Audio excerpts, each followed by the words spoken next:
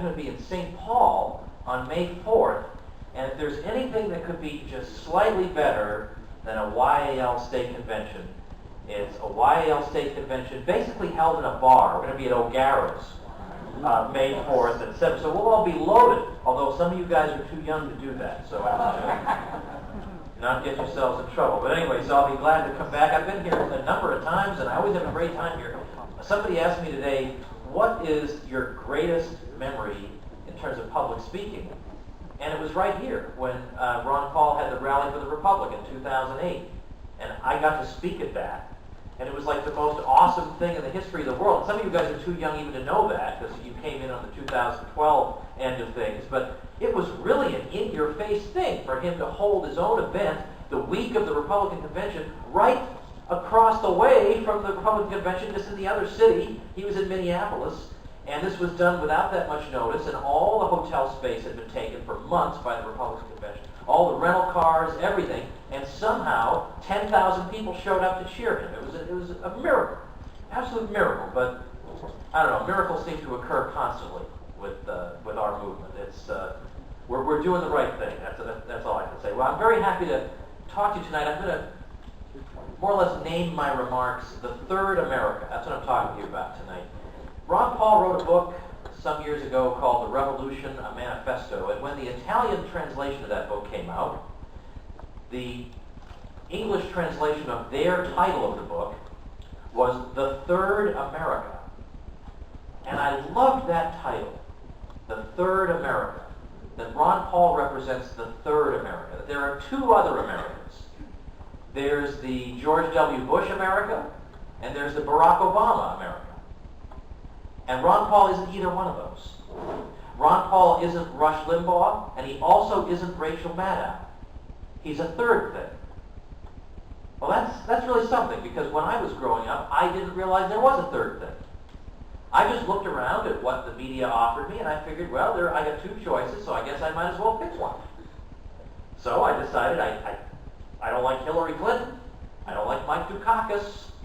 That's for you students. Would you remember a guy from 1988? I don't know. He was the governor of Massachusetts, and he ran for president. Sounds kind of familiar. He was a Democrat. But I thought to myself, by process of elimination, if I am not Mike Dukakis, then I am George H.W. Bush. Like, that's what I thought. Those were the choices. And so it took me a while to get to the position that you guys probably got to in like a month. Like, I'm amazed at the learning curve that I've seen among people your age getting to the positions that you hold now. It took me like a lifetime to figure this stuff out. And you guys come into college like as freshmen, not really knowing all that much, and then by the middle of your freshman year, you've like read everything and you know exactly the right position of everything. I don't understand that. I don't know if I'm just slow or you guys are super fast. I don't know what it is, but whatever it is, it's great. I'm glad to hear that. But it took me a long time. Now, I had one little advantage. When I was growing up, I had a father who was he was a working class guy who really liked Ronald Reagan, and who believed in the free market economy and a strong national defense, and a lot of the sort of boilerplate stuff you hear from the GOP. And so he got me more or less on the right track in terms of believing in low taxes and all these sort of basic things. And if it hadn't been for him, I'm afraid of how I would have turned out, to be perfectly honest with you. He got me on the right track, and that was great. Then I went off to college, and I'm surrounded. I went to college, I went to Harvard, as George mentioned. I was there, and when we would go to dinner at the dining hall, the freshman union, every night there was a table out there being staffed by a communist newspaper. This is not a joke. It's an actual commie newspaper that was being sold and pitched to us freshmen because they figure, oh, these suckers are too stupid to know any better. We'll try and pawn off our commie paper on them. Now, most students just walked right on by them. Right? Just walked right on by. They're hungry. They're going to dinner. But not me. Not me. There's some commie out there saying that we should restore the old principles of the Bolshevik Revolution. and I'm supposed to just walk by and go to dinner. No, I'm sorry, that can't happen. So I would actually stand there and engage them in debate. Like, what's the matter with you? You're a communist? Like, what is this, 1953? What's wrong with you? So I thought, look, for you guys, go on in ahead of me. This will take me 3 minutes, and I'll be right with you. Because I just figured, well, they just must not know enough of the history. So I'll just fill them in on the stuff. And then they'll just join me and say, oh my gosh, boy, are we embarrassed. Let's go in and, have whatever they're serving. But I can't report that I ever had any commie converts. I've had people who've read my stuff and said, hey, I used to be this, I used to be that. But I have never had anybody say, years ago when you were a freshman, I was a commie and you out-debated me. That has not happened. All right. But I couldn't help myself because that's just the way I was. I felt like if there's any error being uttered anywhere within earshot of me, I've got to respond to it. And it was, thank heavens, I was told of the error of my ways by somebody who at that time was at the Institute for Humane Studies, who has a table here, who told me, look, there's so many errors being uttered, even in the building where I'm making this phone call from, I can't even begin to catalog them. You have to pick your battles. And the commies outside the dinner, the dining hall, these are just not, they shouldn't be the top of your list. You're probably not going to persuade those people. Now, if they were succeeding in persuading a lot of people, then maybe you might want to jump in and help prevent those impressionable young minds from turning commie. Okay. But there were no young minds buying their paper. They were going in for dinner, Enjoy yourself, relax. Charge yourself up for the next day when you have a real debate that actually matters. Okay. But debating the commies wasn't entirely a waste of my time because I started reading. In my spare time, I would read more history. I thought, well, maybe I just don't know enough history. Maybe that's why I can't defeat these commies. It wasn't that, look, the chance that you're going to change somebody's well-formed worldview that they've held for 30 years and which defines the way they look at the world is slim to none. But I thought it was just some kind of problem that I was having. I didn't have enough knowledge, so I would read and read and read and read, and that's what got me interested in history. So I decided to go ahead and major in history. I was going to be a math major, if you can believe that. How different my life would have, how much more boring would my life have been if I had made that choice? So thanks to the commies, I went into history and I wrote these books. Now, I will say, the first article I ever wrote, though, I was just fixated on the commies. Now, this is like the early 90s. The Berlin Wall has come down. The Soviet Union has collapsed. Nobody cares about the commies. What is wrong with me? I'm focused on them. So the first article I wrote was I covered one of their meetings. I followed them. Because occasionally they would have a public meeting. And I just had to see, what do they talk about? So what were they talking about? The Soviet Union was collapsing. It was 1991. And this was terrible, they said. This was terrible because, and I remember this word for word, the Bolshevik Revolution had ushered in this guy, the speaker's words, the freest society on the face of the earth. The freest society. Now, okay, not like the czars were winning any prizes, but and they had a secret police, and you wouldn't want to get on the wrong side of it. But the Bolsheviks had a secret police that was 16 times larger. I mean, like in every way you can imagine, it was a nightmare scenario. They actually passed around a collection plate urging us to contribute money to help keep the Soviet Union from breaking apart. What were they going to do with that $12.18? I don't know. But they were not successful, it turns out. So that was my very first article. I wrote this up and published it in my sort of alternative newspaper on campus. So it brings back memories. People to bring over to my book table here. People are bringing me copies of their alternative student paper, and it just brings back, I remember I used to drive people crazy with my alternative paper, and oh gosh, this is fantastic to see this still goes on. But even after my interaction with the commies, I was still a pretty conventional thinker. I was a conventional, middle-of-the-road, hawkish on foreign policy, wishy-washy on spending kind of guy. No really original ideas, no no unconventional thoughts. There was no thought in my head that hadn't at one time or another been uttered by some right-wing talk radio guy. I had no original thoughts of my own whatsoever.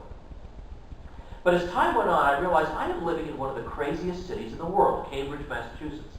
It is just full of crazy people. Now, it's full of wonderful things, too. Wonderful places to eat, beautiful things to see. But these are crazy people. And so I came to the conclusion that whatever these people are, I'm pretty sure I would like to be the exact opposite. So I started thinking more and more about my views. And I thought, well, look, if I'm against, if I believe in the free market, then I should really believe in the free market. Like, either the free market is a superior system or it isn't. I should just support it and not hem and haw about, well, we have to make this exception and that exception. No, if it's right, then I want to go with it. So I became interested in learning more about, the freedom philosophy, as we sort of lamely call it. And so I started looking around, and there was no internet in those days. And in those days, by the way, this is like 1991, 92, 93, I was convinced that everything that could be invented had already been invented.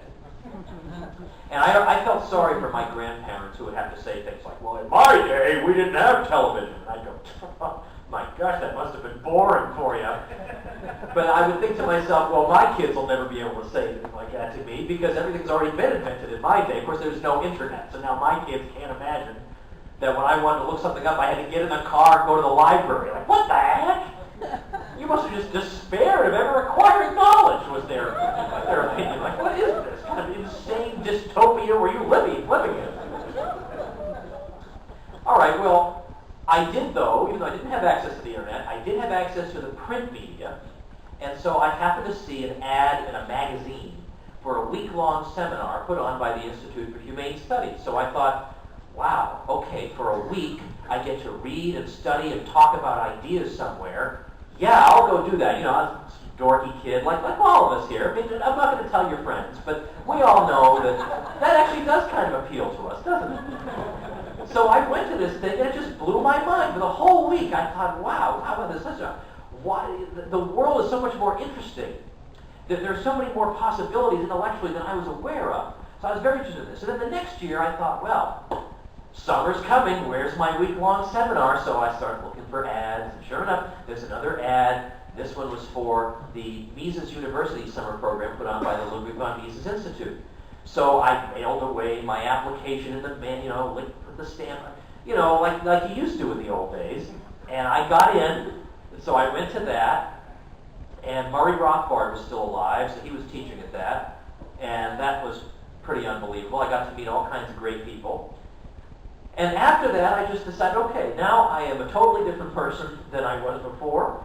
And it took me a long time to get to this point where I basically believed in a full-fledged, 100% freedom view. On, whatever it was, that was what I believed. Then I deviated for a few years, but by about the year 2000, I was back pure liberty guy, and I basically stayed there. But there wasn't like one website I could go to and then like spend 3 sleepless nights just reading and devouring, and then bang, I got it. It was, well, I had to wait till the summer till I could talk to anybody who even knew what I was talking about. Whereas today, even if you don't have any friends, you can go to YouTube and feel like you have a friend. Somebody's talking to you on the screen. I didn't have that. So you guys are in a very advantageous position as compared to where I was. Because you really are living in a different world. Right now, not only do you have the technological capability of finding out about these ideas and expanding your knowledge and finding out more about, well, gee, what would we say from a liberty standpoint about this issue or that issue? It's just one mouse click away. That's fantastic. But also, there are a great many more people who hold these ideas. And therefore, it's a lot easier for us to reach this sort of end goal intellectually, because there are so many people and resources out there that are prepared to guide us there, to guide us to what I'm calling the third America. Neither Hillary Clinton nor John McCain. And believe it or not, that does not exhaust all the possibilities. That's what Ron Paul's third America is all about. Now, tonight I want to bring up 3 particular issues that are of great importance that demonstrate my point, that we represent something that is different, that is unheard of previously in U.S. history, and that animates us and pushes us forward, reminds us how important it is for us to do what we're doing, Because if we don't do it, literally nobody else will. If it's not us, then the country has to rely on Hillary or John. That is a dangerous prospect. John McCain, the great maverick, will come rescue the country. Now, by the way, when they call John McCain a maverick, all they mean by that is that once in a while he used to vote with Ted Kennedy.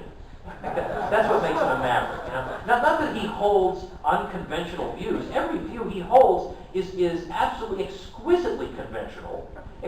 So I always say that in the U.S. there's a 3x5 card of approved opinion that you're allowed to stay on, and if you stray from it, then you're a terrible deviant whom the New York Times will smear and destroy. Well, McCain stays completely on that card. Just once in a while, he leaps over to the left side of the card, then he goes back to the right side. This makes him a great maverick, like a bold trailblazer for us all. No, we are the actual mavericks, right? Because we're the ones who say, why should all my views be able to fit on some crummy 3x5 card with Hillary Clinton's face on it? You know, like what if I want to hold a view over here and a view up here? Like, why should I be confined by this? So, for example, let's think about the bailouts that we had, the whole 2008 fiasco and following. Now, where were the other two Americans on this? Where were the Democrats and Republicans? Where were they? The conservatives who believed so deeply in the free market. Where were they? Well, they were lecturing the free market purists for not going along with the bailouts. That's what Herman Cain was doing. And he actually called us free market purists. I mean, you're some kind of a purist if you don't want to double the monetary base and throw money at AIG and throw money at Morgan Stanley and throw money at rotten real estate-related assets whose price needed to come down. I mean, there's something wrong with you. You're some kind of extremist and a weirdo if you were against the bailout policies. We had George W. Bush saying that we needed to violate the free market principles in order to save the free market. Those were his words. I have violated free market principles to save the free market. Oh, how about that? And then it just goes on and on. Paul Ryan basically saying the world's going to come to an end if we don't engage in all this. Well, then where were the progressives? I mean, surely the progressives, so-called, they come from a tradition that would be dead set against this, like Robert La Follette from the 1920s, for example. I mean, all this great progressive tradition. Surely they were against this, and yet when I look at somebody like Rachel Maddow, which I don't do often, thank heavens, but when I do, she's always saying something horrible. And she actually was on one of these late-night talk shows saying, and I'm not making this up, I promise you, like, why would I'm talking about Rachel Maddow, why would I need to make something up? She said, without the bailouts, we don't like doing the bailouts, yeah. But she said, we wouldn't have had an economy. We wouldn't have an economy if there weren't the bailouts. So if we hadn't shoveled dough to Goldman Sachs, we wouldn't have an economy. Like, what does that even mean?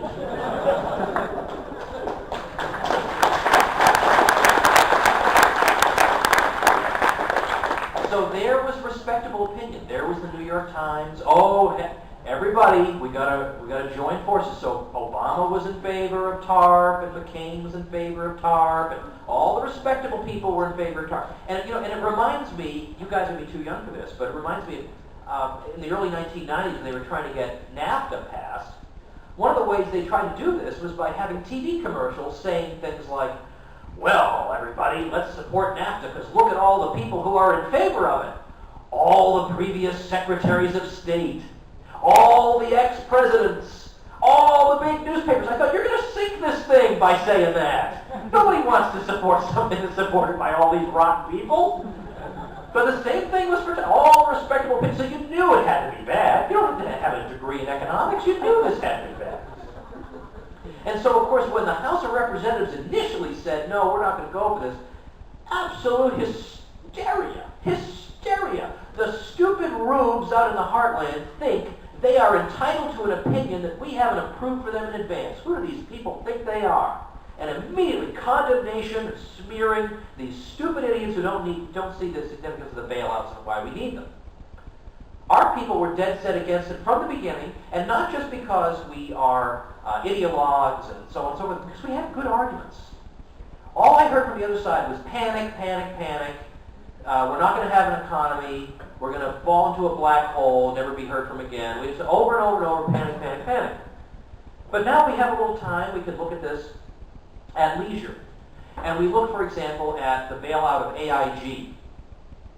Now, the bailout of AIG was completely unnecessary because the problems related to AIG were confined completely to Wall Street, and they would have fizzled out right there. They did not extend to Main Street. Main Street banks did not hold busted CDS insurance from AIG. This is entirely a Wall Street phenomenon. Institutions, those assets plus those liabilities plus Goldman Sachs plus Morgan Stanley plus Citigroup, these were institutions that absolutely needed to go down. It would have been a boon to society had they gone down. 90% of AIG at that time was perfectly solvent. Its whole insurance wing, my wife and I mean, one of us actually has life insurance at AIG. That was fine. There was no problem with any of that stuff.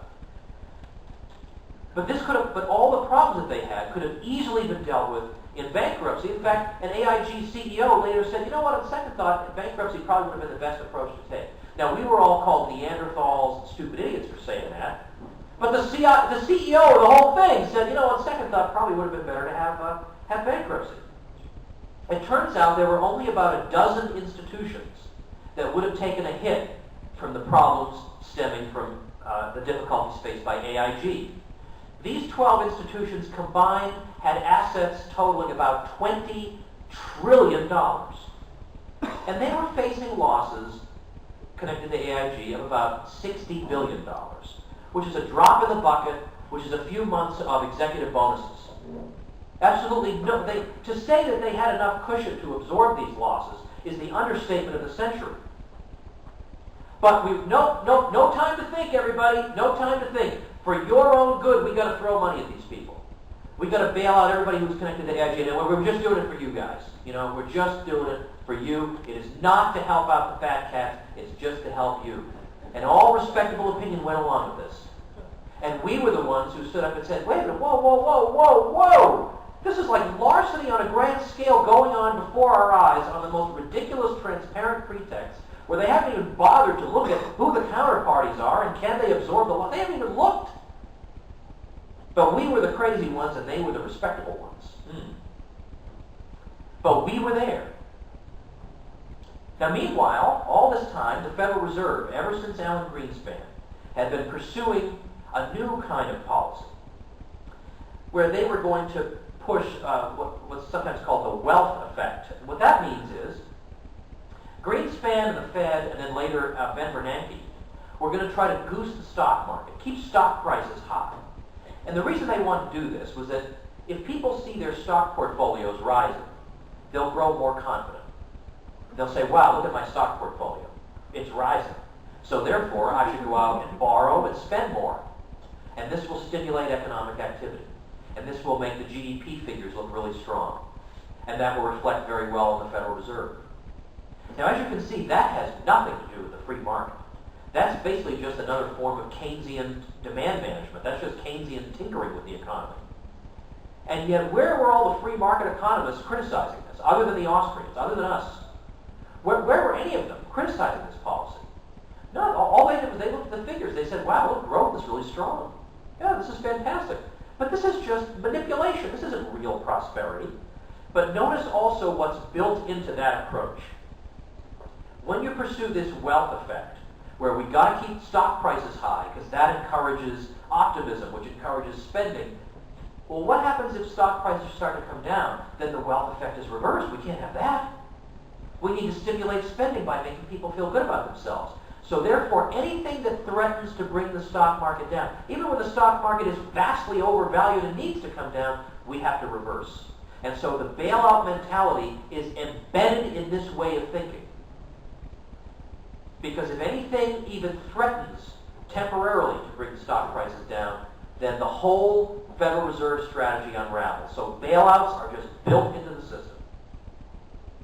Again, this is not a free market problem. It'll keep being blamed on the free market. And with defenders of the free market like George W. Bush, we don't need enemies.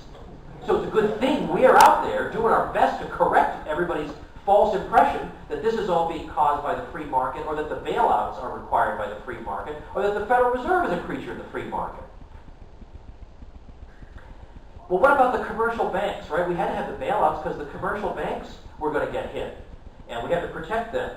But the commercial banks held a trivial amount of toxic assets, these private label mortgage-backed securities. Now, obviously, during a downturn in housing, a lot of loans are going to go sour, that's true. But these are whole loans that are still sitting on the bank's books. They haven't been diced up and securitized.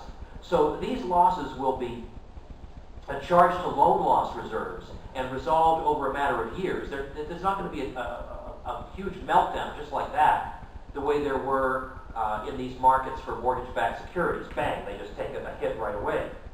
Then we were told, well, money market mutual funds are melting down. More reason that we need bailouts and new Federal Reserve programs. But what we actually found was that, yes, that's true. It did look like there was a huge exodus of people out of money market mutual funds. But it turns out there wasn't. The vast bulk of the movement out of the so-called prime funds actually amounted to people shifting them to safer money market funds. So the vast bulk of this movement was an intra-money market movement in the first place. And then all the money that people took out of money market mutual funds, most of it went into CDs and bank deposits. So it wasn't that everybody was taking their money out and putting it under a mattress, but that's what we were told: big collapse, brand new federal program needs to take place. Or General Electric, oh, crybabies over General Electric, oh my goodness, oh, we're in such trouble. We can't roll over our commercial paper at the rates we want anymore. Now we have to pay free market rates. Oh, boo-hoo. Boo-hoo. So the head of GE gets on the phone with Hank Paulson and says, boo-hoo, we can't pay free market interest rates. No, we need help. We need a bailout, which is, of course, what they got. Now, they were in a rough spot, but they deserved it because of the rickety basis of GE Capital. They absolutely deserved it. If they had sold 8% of their assets, even at fire sale prices, they would have been okay. That combined with various kinds of stock and bond issuance, and they would have seen themselves through. And yes, their stock price would have taken a bit of a hit, but that's how the free market works. These stockholders needed to take a bit of a hit for letting these people run the store and for sitting by and booking a lot of false profits over the years. They needed to be corrected. They were not. That is not the free market. Morgan Stanley CEO, John Mack. Oh, another crybaby. Oh my goodness, the short sellers are coming to wreck my institution here. And I'm just innocently put upon by these terrible predators. Yeah, that's a funny way to talk. I mean, if you want to talk about a predator, how about John Mack himself? Now, Morgan Stanley has been run like an institution that absolutely, in every conceivable way, absolutely merits being taken down in flames. And yes, short sellers who could see that the thing was dead were indeed circling around the carcass, but the thing was already dead. But he gets on the phone to the U.S. government and he says, short sellers are really making life difficult for Morgan Stanley. Short sellers are basically, short selling is a way for investors to sort of broadcast to the world, look, there's some trouble over here, and you better find out about it sooner rather than later so you don't get taken down with them. And so what did the U.S. government do? It was announced supposedly free market guy at the SEC, former Congressman Chris Cox, supposedly free market guy, came out and said, for the next 15 days, you can buy all the financial stocks you want, but you can't sell them. And that was enough to see Morgan Stanley through.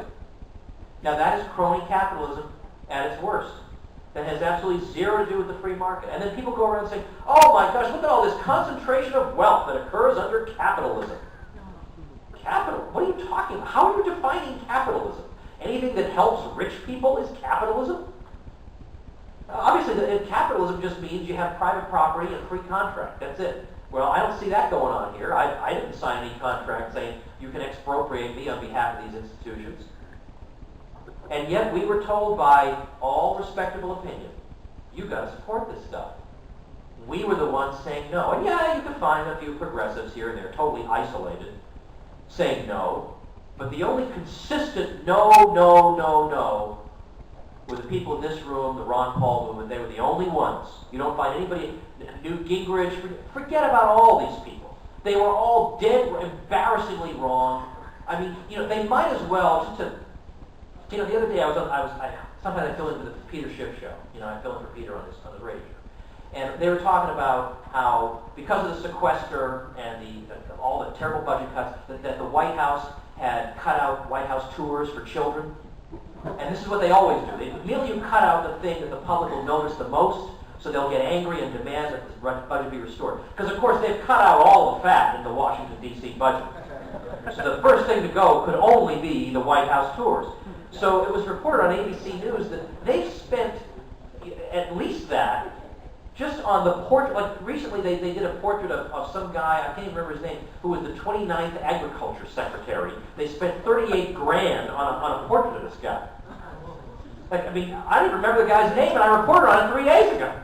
$38,000 reported to this guy. So I was just thinking just now when I was talking about Newt Gingrich that and all these free market Republicans, I'd be okay with spending that kind of money on portraits of them as long as the portrait showed them with the bankers' money sticking out of their pockets or them distributing the graft. Then it would be all right. Then it would be true to life. Or then we've got two other things. I'm not going to spend as much time on the other things, but two other things. Another one is this issue of state nullification. But before I go on to that, by the way, I want to promote this book. It's not a book of mine, by the way. It's a book by somebody else. This book is not available to the general public, but it is. I have an advanced copy because I might review it at some point. We'll see. But it's by David Stockman. Some of you guys are familiar with him. He was a budget director under Reagan, and he has been the single best anti-bailout guy, bar none. And he's got this book coming out called The Great Deformation: The Corruption of Capitalism in America. It's coming out in early April. And if this is on YouTube, I'm saying this in 2013. So if you're watching this any other year, you've got to go out and get it instantly. This book is unbelievable. I mean, now you say, but that's a big book, Woods. You don't expect me to read a big book like that. You're not even going to notice the pages going by because it's written in such a punchy prose. It's like his fist is coming right into John Mack's face while you're reading. I mean, there is so much ground covered here. There is not one little, and even when it seems like there's one little sliver of an argument left on behalf of the bailouts, on behalf of the warfare state, on behalf of Keynesianism, just when it seems like there's one little, like the corpse has one limb twitching, Stockman takes a baseball bat and bang, gone, out. So I urge you, check this thing out. Now, I don't think Stockman even knows who I am, so I'm not getting anything out of this other than I want the world to have this knowledge. All right, now moving on. Next thing, where we are out there, and yet the 3x5 card, the Hillary Clinton and the John McCains, when push comes to shove, it's Hillary Clinton and John McCain sitting in a tree, K-I-S-S-I-N-G. I don't know, we used to say that when I was a kid. I don't know, maybe you don't say that anymore. Maybe it's more foul-mouthed now. I don't know. But this issue is now gaining traction. And the idea of nullification, of course, I've become associated with it because I have a book by that name. But the idea of it is that the states, if they see the federal government as violating the Constitution, they should prevent the enforcement of the unconstitutional law in their state. Now, the only criticism of nullification that I will entertain is that it is too tame. I will grant you this. Yes, it is. I mean, it is the very least we should be doing. Absolutely, I concede that to you. However, it's better than nothing. And we're starting to see this around the country because of people's concerns about the Second Amendment, because of people concerned about health care, and so there are one state after another that is introducing measures to try to prevent the enforcement of these things in their states. This is very exciting. There's a lot of testimony going on in state houses and debates going on. I'm very happy to say that on March 20th, there's going to be a hearing before the House Judiciary Subcommittee in South Carolina, and there's going to be testimony regarding the constitutionality of state nullification. And one of the people testifying is Walter Williams. You guys know who he is? He is the most awesome guy who ever lived. And to see him testifying on this subject, I mean, like, I'm just salivating as I'm describing this to you. To watch that YouTube is going to be fantastic. But anyway, all the respectables are against this. Why? Oh, of course you can't do that, you peons. It is your job to shut up and obey. You can't resist us. Where did you get these ideas? And then you think, well, the conservatives will help us. You know, they believe in small government. They're going to come to our aid. All right, so let's go down the list now of all the times Sean Hannity has talked about nullification. Everybody ready? Darn, there wasn't one. Darn.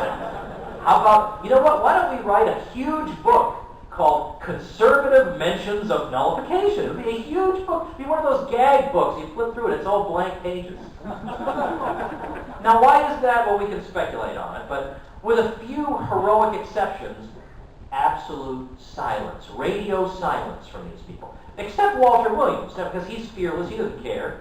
He's fearless, he'll just say it. But no, we're basically being told, no, wait for the Supreme Court to undo everything, and then we'll be better. Now, talk about the most obviously failed strategy ever. I mean, look at the past 100 years. Do we have like a long list of things that the Supreme Court has successfully struck down, restoring our liberties? And yet we're supposed to sit here, and we're told that it would be unconstitutional for us to prevent the enforcement of an unconstitutional law. like, we're in a room where that just sounds stupid, right? And yet, like, this is not even penetrated into the Hillary Clinton, John McCain axis. The real axis of evil, I might add.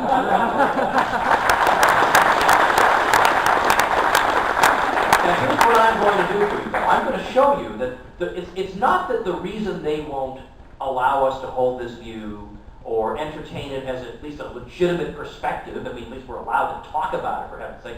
It's not that it's crazy and there's no support for it, and so of course they're not going to endorse it. No. I'm going to take, I don't know, let's see how many minutes I can do this in. Try to do it as briefly as I can. I'm going to show you exactly the case for nullification. And I'm not even going to, I'm going to make it as hard on myself as possible. I'm not going to make the moral case for it. That's easy.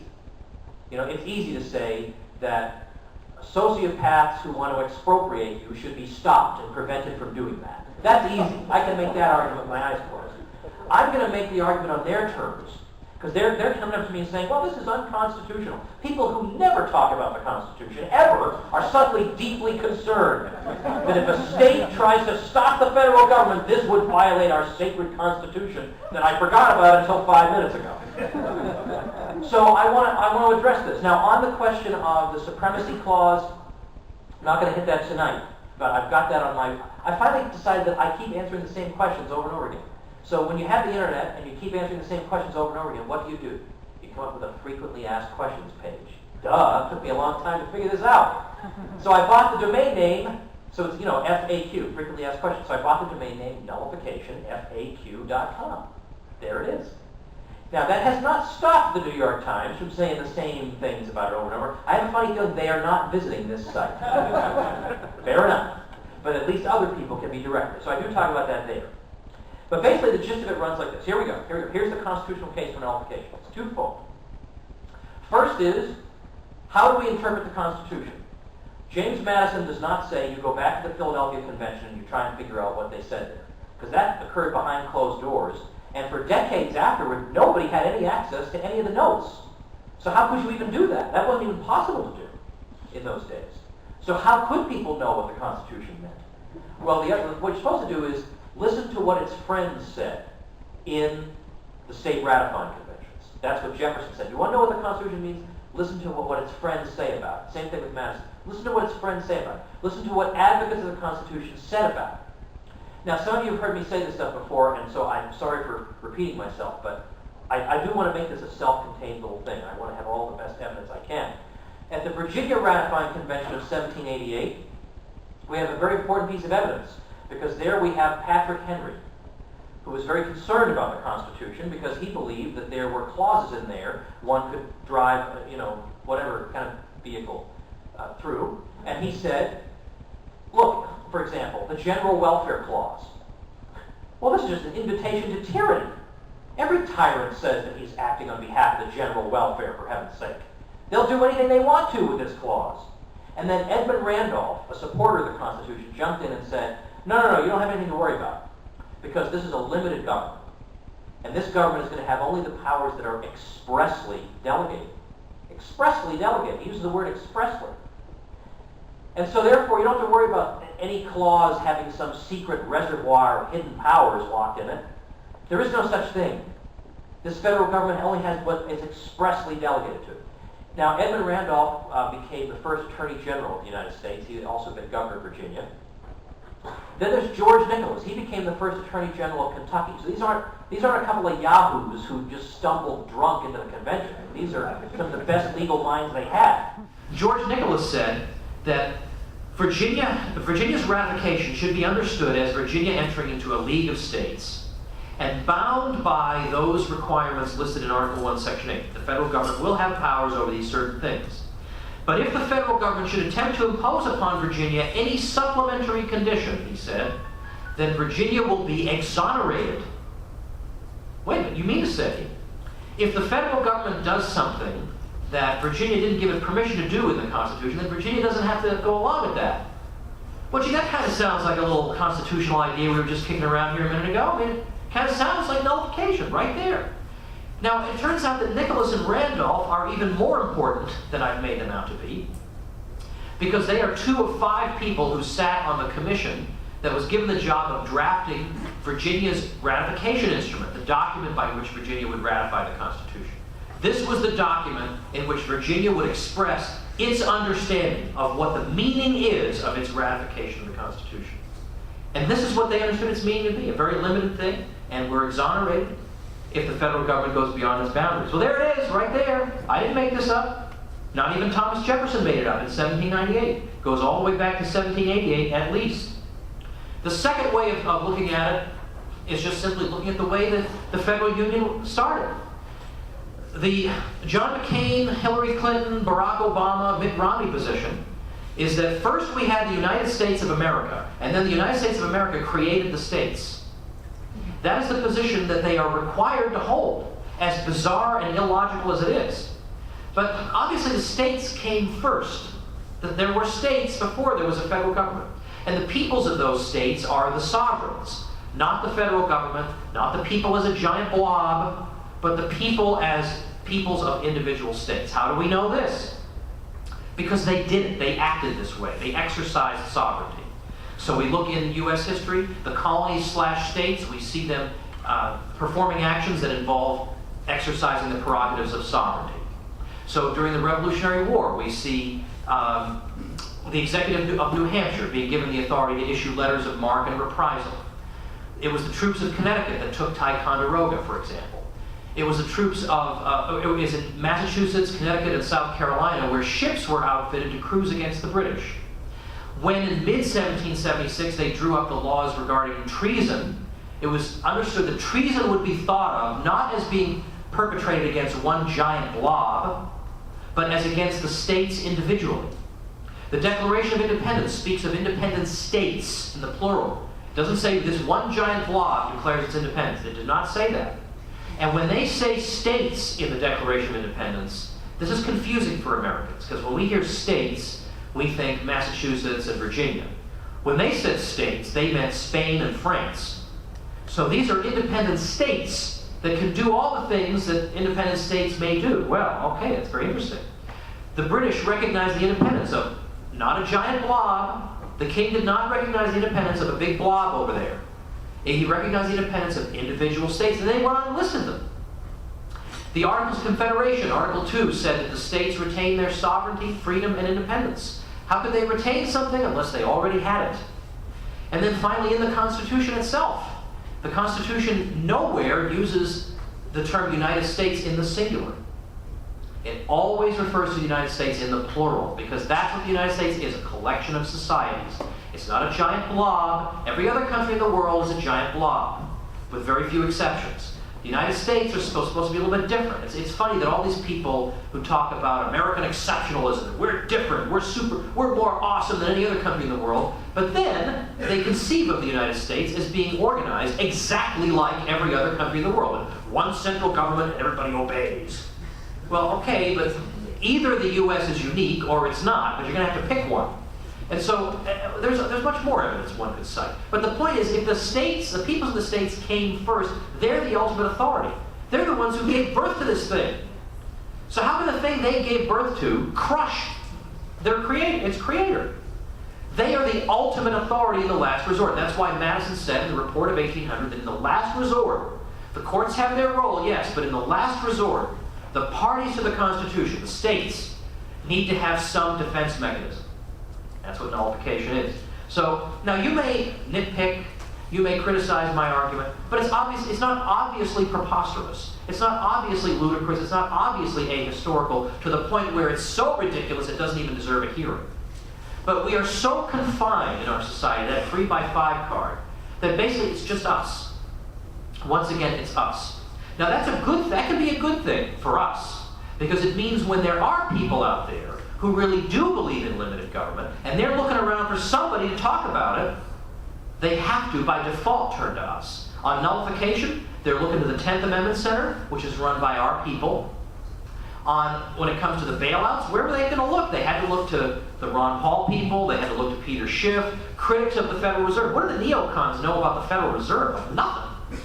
Other than, well, it makes the wars go, so that's good.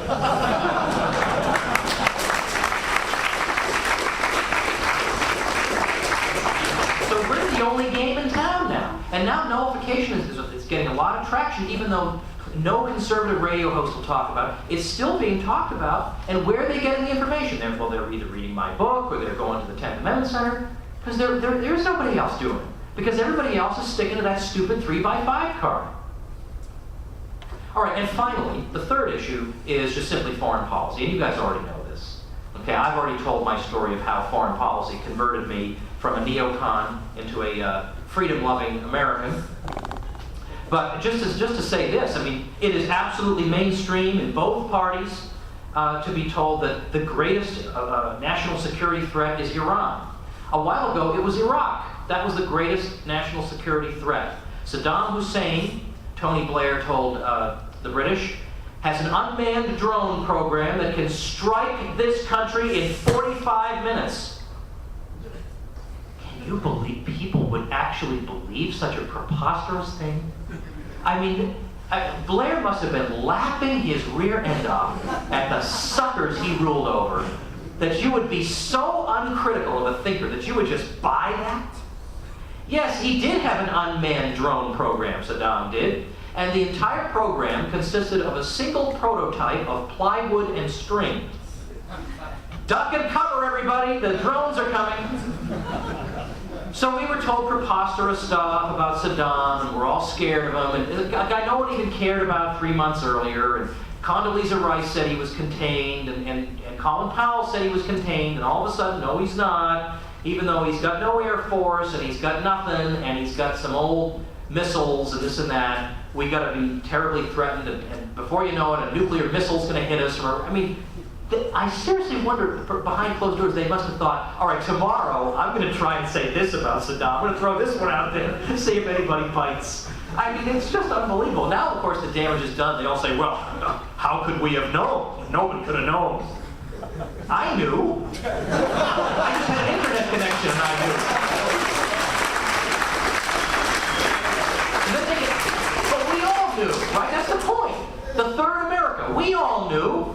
McCain didn't know, and Hillary Clinton was all for the war. People were saying, oh, you guys are crazy left-wing peaceniks. Well, you know what? The crazy left-wingers were siding with you on this stupid war. The Washington Post and the New York Times and whatever. Howard Stern was in favor of the war, like all the people they normally wouldn't like. So don't give me this, oh, well, because of who you're in bed with, and this matters about your policy. It matters, does the policy make sense, and is it just? And this didn't make sense, and it wasn't just. And in particular, I mean, when we look at the results of it, well, I mean, the loss of life is staggering. Like, there's dispute about the figures, but it's at least in the 6 figures in terms of people who perished. That's over there. It's not even counting the American military casualties. We've got 4 million people apparently displaced from their homes, which is disruptive for people. So this happened. We had the total destruction of a very, very, very long-standing Christian community there. And now you have a new government that has an Islamic constitution and that is tilting toward Iran. And the neocons say, well, I mean, who could have predicted that something like that would happen? Well, I know a guy named Ron Paul who told you that was exactly what would happen. That was exactly what would happen. Well, we couldn't have known. Yes, you could. And I actually am now wondering, are the neocons deliberately spreading radical Islam? Because every intervention they advocate results in radical Islam taking over.